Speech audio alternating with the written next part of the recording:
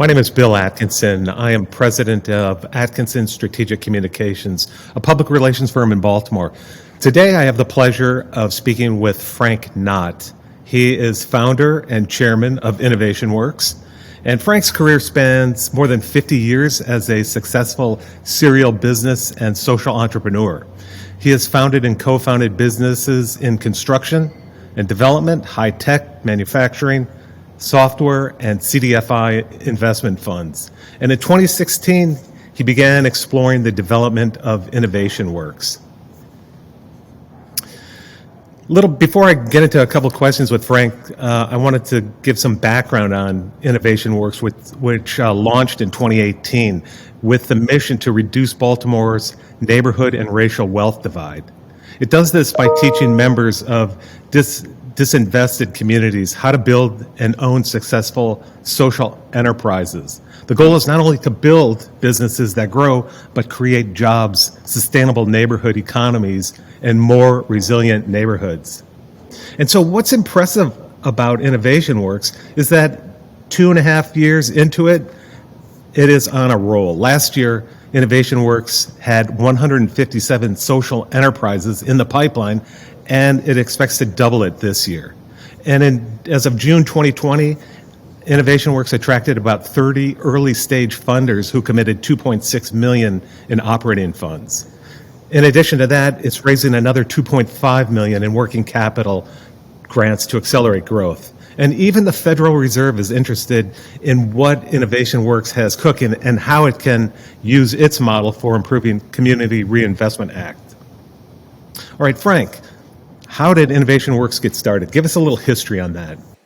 Innovation Works got started with a call from the Jesuit provincial of the Maryland province, Father Robert Hussey, who wanted me to seriously think with him about how the Jesuits and their network of business leaders could help solve some of the intransigent problems in Baltimore. And what we were looking at, and what he was particularly concerned about, was that about 35% of the neighborhoods of Baltimore had experienced persistent poverty without real resolution for decades. And we both felt that addressing those challenges meant that instead of just going out and trying to start companies, we had to step back and basically say whatever we're going to do has to resolve the racial wealth divide at the neighborhood level. Until that happens, no neighborhood sustainable economies were going to function. And we also needed to have a needs-based solution to this. And that solution had to be built on a collaborative model that Innovation Works would be a value-added asset into the rest of the innovation ecosystem.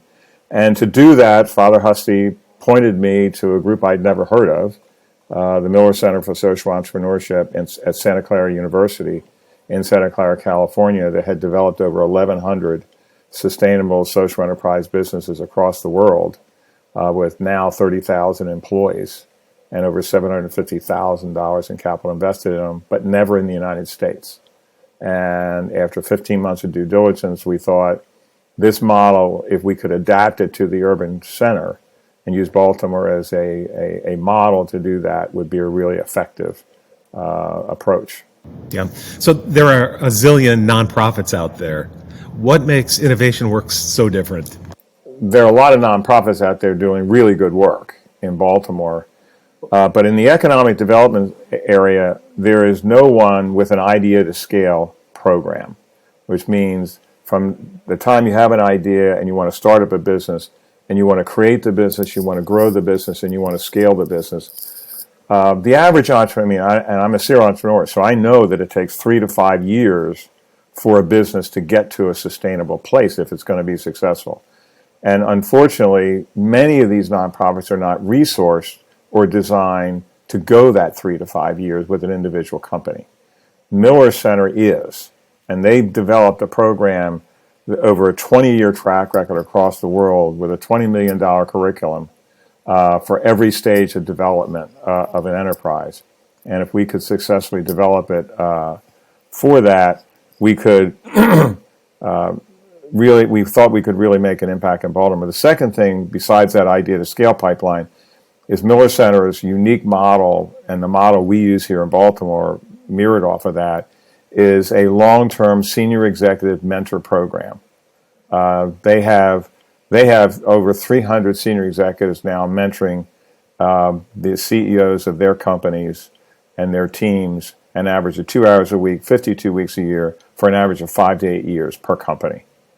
That had not existed in Baltimore, and we have over 65 seniors in literally less than 2 years. We have over 65 incredible mentors giving the same level of time, if not more, to the entrepreneurs that we have here. The other thing that's really different about Innovation Works is it's based on a set of core values that are related to the Ignatian tradition that the Jesuits use, that really speak to how we walk with entrepreneurs from the 35% of the neighborhoods in Baltimore that we work with. And our view is that the real problem in Baltimore has been long-term, that either by omission or commission, we have traditionally treated underserved neighborhoods as not assets but problems.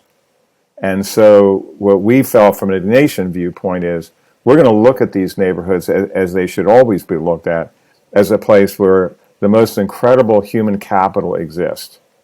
But for the circumstances they happen to be born into, they have the opportunity to have the greatest idea in the world based on their lived experience. Much like Miller Center found out in emerging villages and rural countrysides all across the world. And that the final thing is, because our DNA is essentially collaborative, we do not see other nonprofit organizations in this space as competitors. We see ourselves as being a value-added partner, so that those that work with an entrepreneur for 6 months and they graduate them, or 4 months or a year, they can be referred into their system, and we can also refer some of our people into their systems. And it's really building a real ecosystem focused on building these 35% of the neighborhoods in Baltimore into successful neighborhood economies that are based around successful, sustainable social enterprises that make a difference in their community. I just wanted to touch on a couple of things. One, mentors, that's a big deal. And you have about 60, 65. Where do they come from? What types of mentors are they? What are their specialties? We have, first of all, most of them are senior executives who have extensive experience either in leading and starting divisions of major companies. They are successful entrepreneurs who have launched companies and taken them to scale. They're men, they're women, they're people of color. They cross the spectrum of Baltimore. In our recent Lexington Market project, we attracted a significant Sage Dining Services in to help us, a national company based in Baltimore, around really great dining experiences, to help our mentors that are business mentors understand the food experience. So we can attract people from a variety of different expertises. And we have an enterprise mentor that is the chief coach for the enterprise. But then we have domain experts in finance, in intellectual property, in sales and marketing, in product development, in product design, in manufacturing, in distribution, in logistics. So it's building this core, and our ultimate goal is to get to a core of about 250 mentors in our first 4 years.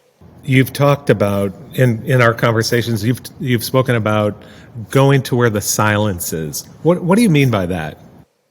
Going to where the silence is where most organizations won't put a lot of resources in because it's so difficult.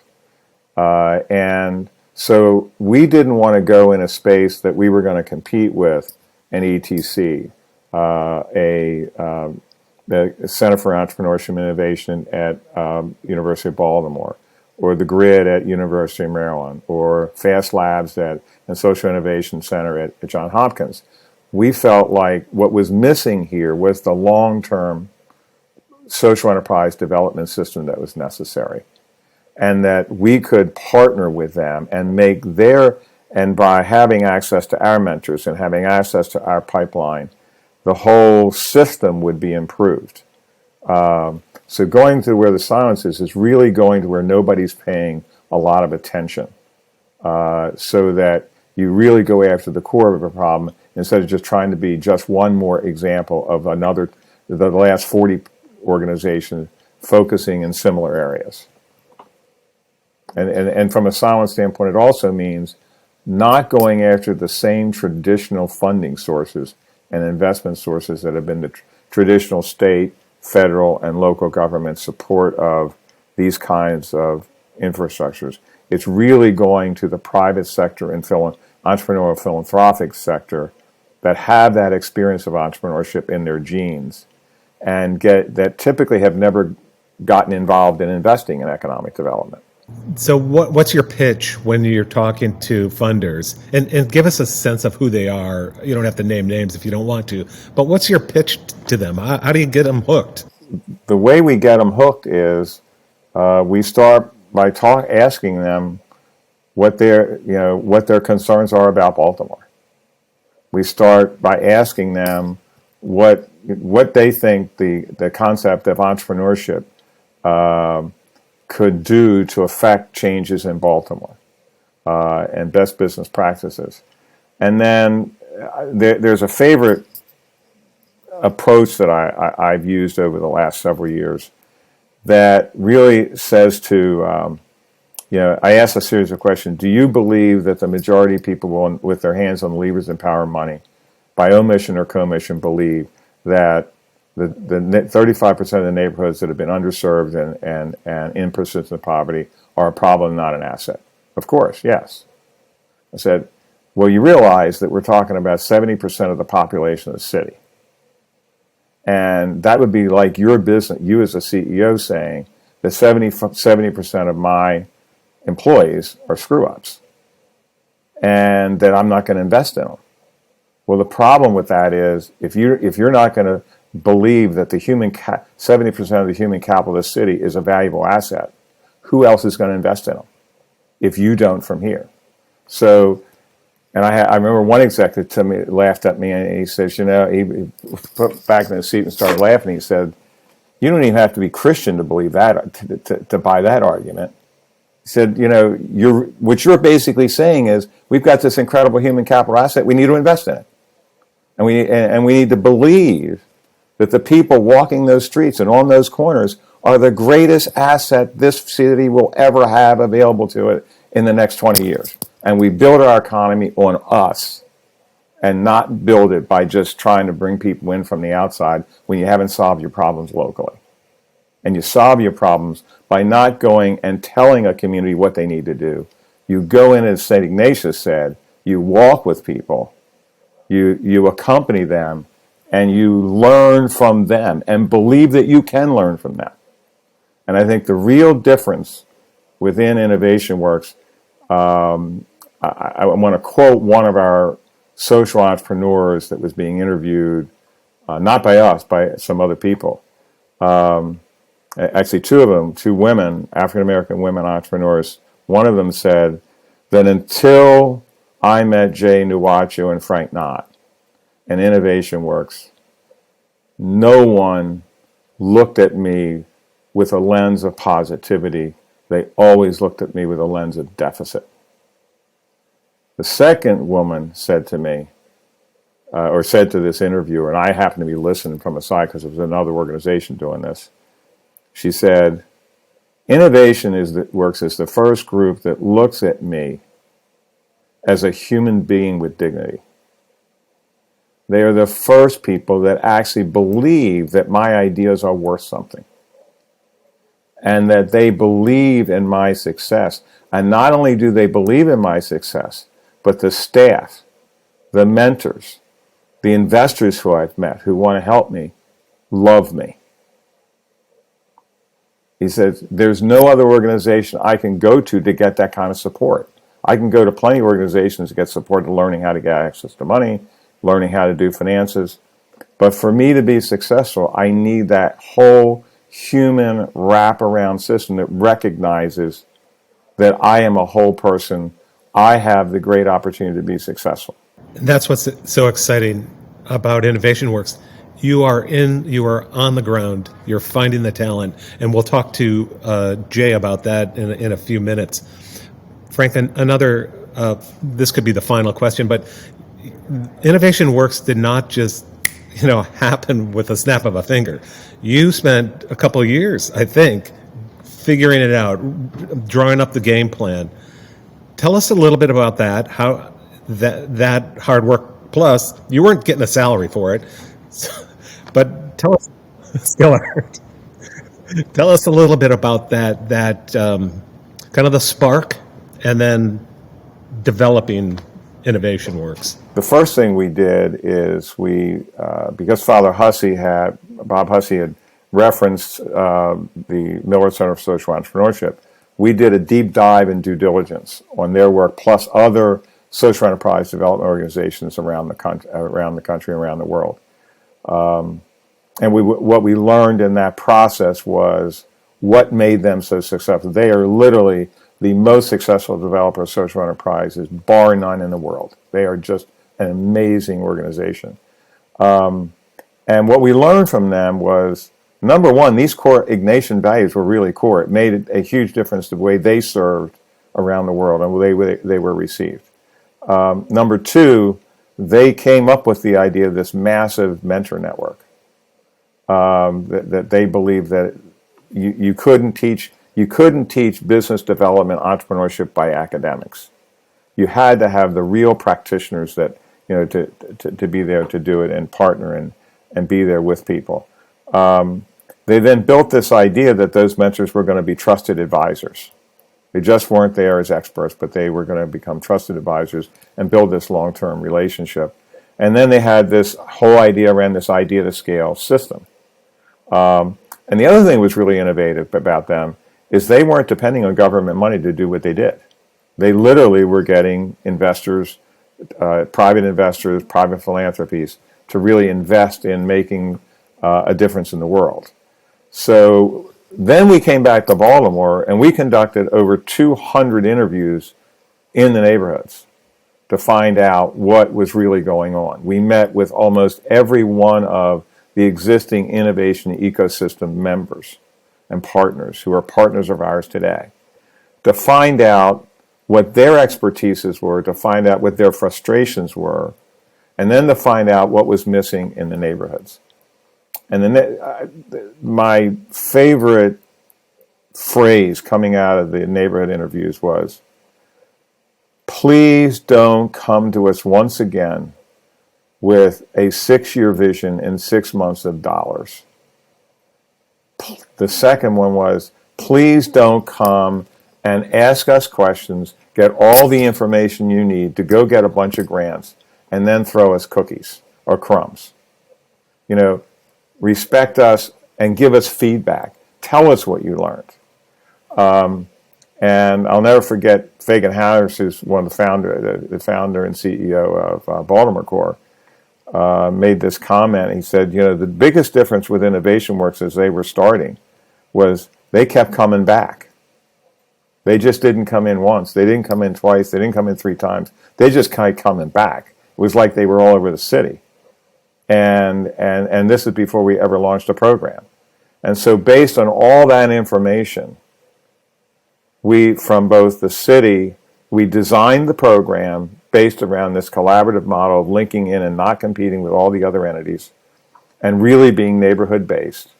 And Jay will be able to tell you more about that.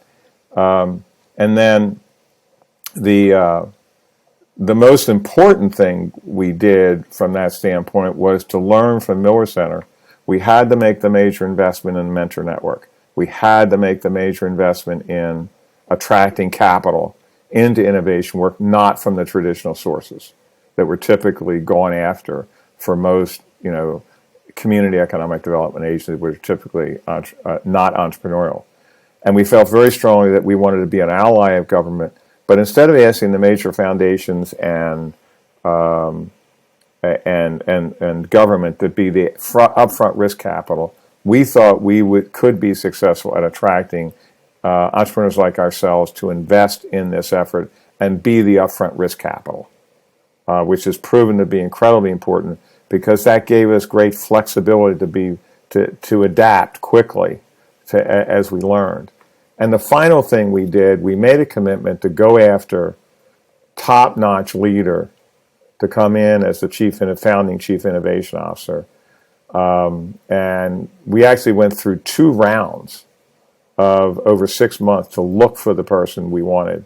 And we found him right in our backyard, and that's Jay Nwachu. And he's just an incredible talent. And, Jay's probably been every business I've ever launched. I've always had a person along with me that meshed and brought skills to the table I didn't have and complemented the skills I had and vice versa. Jay's probably been one of the best partners I've ever had in my 50 years of starting enterprises. And so when we launched and we incorporated in 2017, we did not start launching a program until January 2019. We spent over a year building the programmatic capability, and Jay came on board in October 2018. And we raised the capital necessary to make sure we weren't promising a 6-year vision on 6 months of dollars. And then, I was able to help capitalize it early on.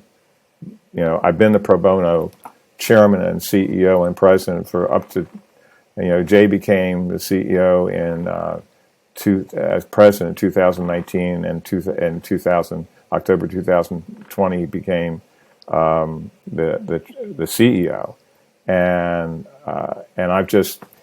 this has just been an incredible partnership, and we actually are in every impact measurement category that we set out, we either double or triple the metrics that we thought we were going to be at a given time, and overcame almost every challenge we had about 7 challenges we thought we were going to have to overcome to prove that this model could work.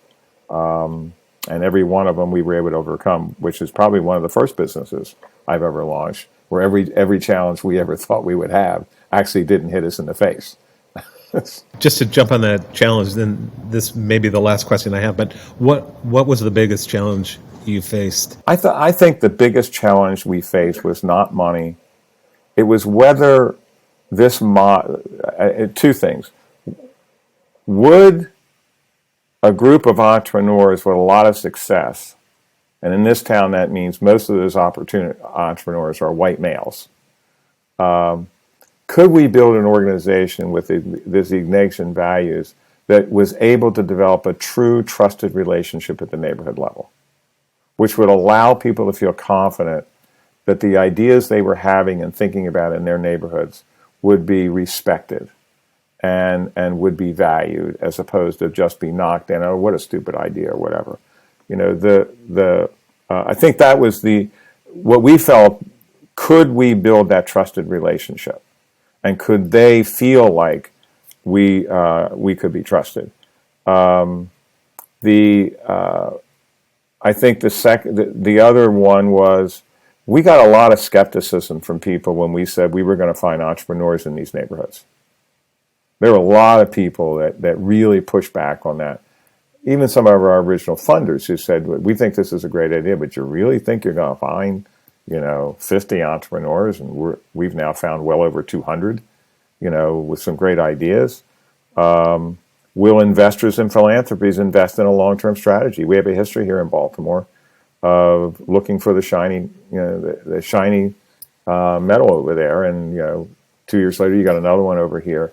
And we don't typically, we're not having really good long-term investing in those kind of strategies. And we were asking people to do things they weren't used to.